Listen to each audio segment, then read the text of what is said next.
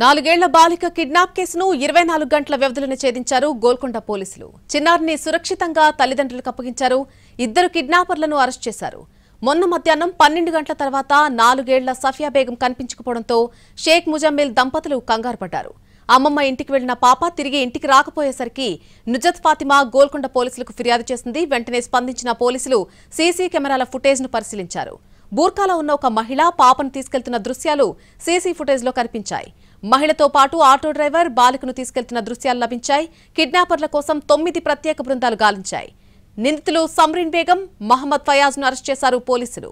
మహమ్మద్ ఫయాజ్, సమ్రీన్ బేగం ఇద్దరు మాజీ దంపతులు. వారిద్దరూ విడిపోయిన తర్వాత ఆర్థికంగా ఇబ్బందులు పడుతున్నారు. దీంతో మాస్టర్ ప్లాన్ వేసింది సమ్రీన్. మాజీ భర్తకు మళ్లీ దగ్గరయ్యేందుకు ప్రయత్నించింది. ఇందులో భాగంగానే ఒక డ్రామా ఆడింది. విడిపోక ముందు తాను గర్భవతినని, ఆ తర్వాత పాప పుట్టిందని నమ్మబలికింది. ఆ పాపను ఇంటికి తీసుకెళ్దామంటూ ఫయాజ్ నొప్పించింది. ఆటోలో పాపను తీసుకెళ్లి తన ఇంట్లో దాచుంచింది సమ్రీన్. సీసీ కెమెరాల ఫుటేజ్ ఆధారంగా బాలికను కాపాడి ఆమె తల్లిదండ్రులకు అప్పగించారు పోలీసులు.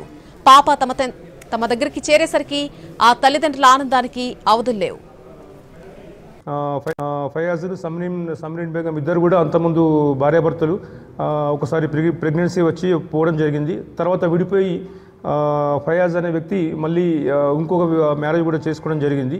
ఈ రీసెంట్గా మళ్ళీ కలిసి ఉండడానికి అతనితో కలిసి ఉండాలనే ఉద్దేశంతో ఈ సమ్రీన్ బేగం ఫయాజ్తో ఆల్రెడీ మనకు డివైడ్ అయ్యే ముందు మనకు పాప ఉంది. అది మా బంధువుల ఇంటి దగ్గర ఉంది, నువ్వు వస్తే చూపిస్తానని చెప్పేసి ఒక డ్రామా ప్లే చేసి ఈ పాపని తీసుకొని వెళ్తే తిరిగి మళ్ళీ తన సంసారం కలిసి ఉండొచ్చి హ్యాపీగా లైఫ్ లీడ్ చేసిన ఉద్దేశంతో ఆమె ఈ అఫెన్స్ చేయడం జరిగింది. ఇమీడియట్గా అందరినీ కస్టడీ